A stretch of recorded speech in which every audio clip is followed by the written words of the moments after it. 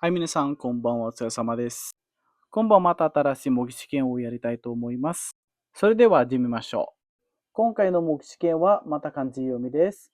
では、2番の問題を読んでいきましょう。はい、私はブランクがいます。もう一回。私はブランクがいます。私 means me or I myself. You are the topic of the sentence and this kanji. これは何と読みますか Followed by particle ga to indicate the subject marker and ang verb na meron tayo dito ay imas. It means have. I have this kanji.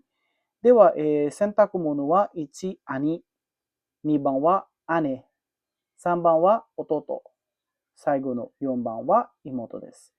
では、これは何と読みますか ?1、2、3、4から一番いいものを選んでください。じゃあ、答えはコメントにしてください。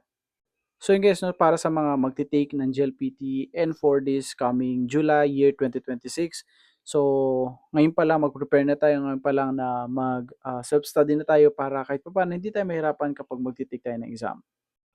Also sa mga nagbabalak na mag-take ng N4, so meron po tayong secret sauce na tinatawag for N4 level wherein ituturo doon kung paano yung pagkuha ng proper answer, tip, technique, guide, how to get the correct answer.